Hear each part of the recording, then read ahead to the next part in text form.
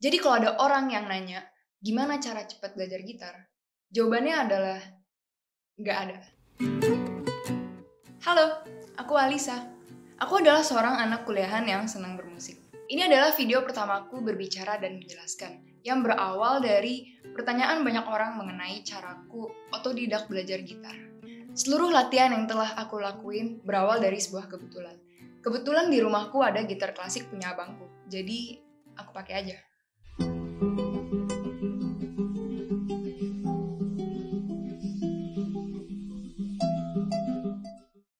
Pada penjelasan kali ini, aku akan membagikannya menjadi 4 bagian.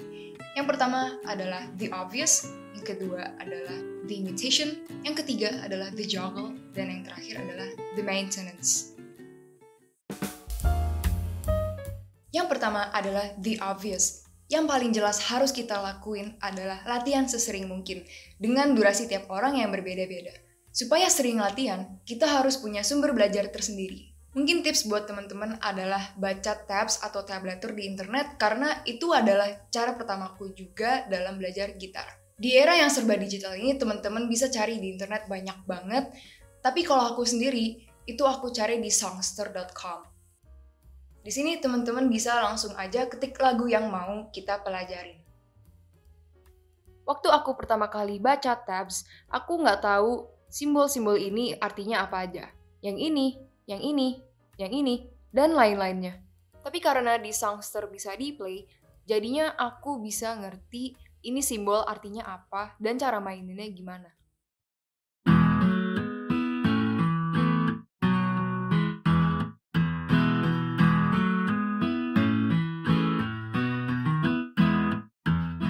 Walaupun dengan belajar cara baca tabs kita jadi tahu notasi musik, tapi ternyata baca tabs aja nggak cukup.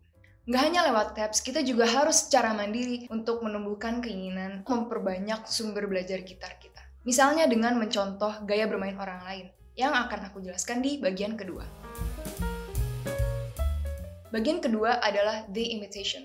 Ini ada hubungannya dengan imitating atau mencontoh gaya bermain orang lain, supaya pada akhirnya kita bisa semakin nemuin gaya bermain kita sendiri. Mungkin semua orang sama kayak aku dalam hal mencontoh ini, yaitu Sung Ha Jung.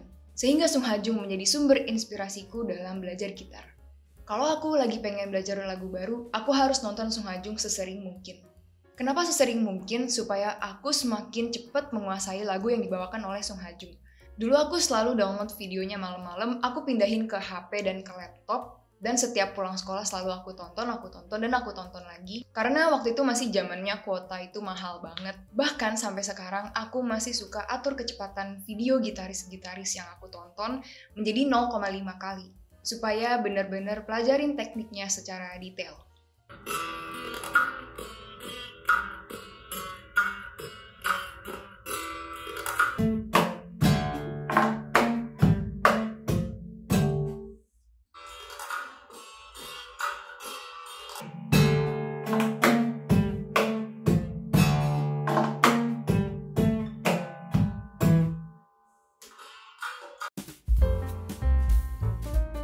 Yang ketiga adalah the juggle. Ini ada hubungannya dengan apa yang kita lakuin selama kita latihan. Jadi selama latihan, aku biasanya gonta-ganti level kesusahan lagu. Dari yang tadinya aku belajar yang gampang, aku lompat ke lagu yang susah. Terus kalau udah bosen, aku ke lagu yang gampang lagi, lalu ke susah lagi. Lalu ke gampang lagi, lalu ke susah lagi. Dan itu berulang-ulang. Yang aku rasakan, ini lebih efektif bagiku daripada saat sekali latihan isinya lagu gampang semua atau lagu susah semua. Karena cepet bosen. Dengan melakukan cara juggle ini, selain bosennya hilang, aku akhirnya juga handal dalam hal pergantian teknik, pergantian tempo, bahkan pergantian music stance dalam satu aransemen lagu. Selain itu, latihan lagu-lagu susah juga membantu aku termotivasi untuk lebih sering latihan, sehingga aku bisa menguasai both lagu susah dan lagu gampang. Jadi pada saat latihan, kita jangan melatih apa yang kita bisa doang, tapi kita juga harus latih apa yang kita nggak bisa, supaya kita semakin terbiasa sehingga jadi lebih mahir. Yang keempat atau yang terakhir adalah the maintenance. Ini ada hubungannya dengan cara kita memelihara kebiasaan kita pada saat latihan.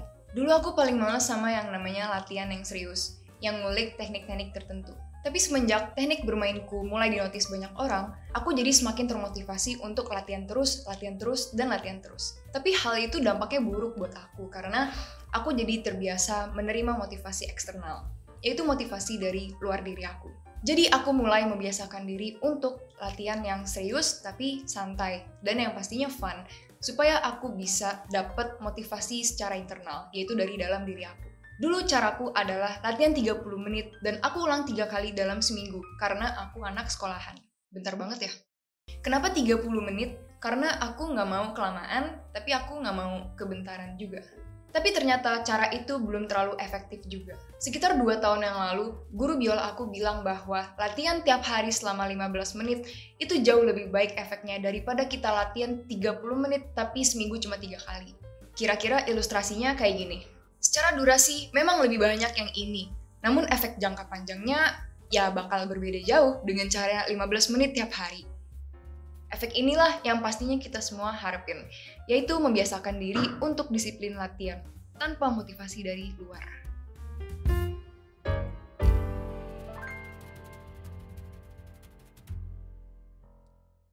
Biasanya saat kita memotivasi diri sendiri, kita punya masalah yang namanya self-comparison. Maka dari itu, kita harus punya prinsip tersendiri.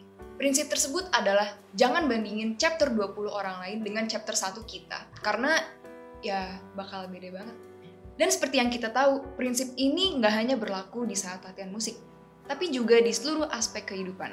Untuk jaga kesehatan mental kita, sehingga kita bisa terus termotivasi. Latihan gitar atau bahkan semua alat musik yang bernada emang butuh proses yang panjang dan makan waktu. Sehingga kita selain butuh kesabaran, kita juga butuh nikmatin prosesnya. Jadi kalau ada orang yang nanya, gimana cara cepat belajar gitar? Jawabannya adalah, nggak ada. After all, bermusik adalah kesenangan, dan kesenangan harusnya bukan beban. Sekian, gitu aja dulu uraian caraku berlatih gitar secara otodidak. Semua proses yang udah aku jelasin memang hanya outline-nya aja. Untuk lebih detailnya, aku bakal bikin video baru lagi di masa yang akan datang.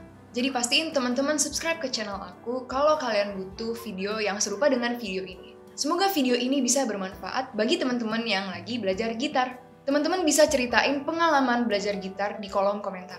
Dan bisa banget untuk share video ini supaya manfaatnya nggak berhenti di kalian.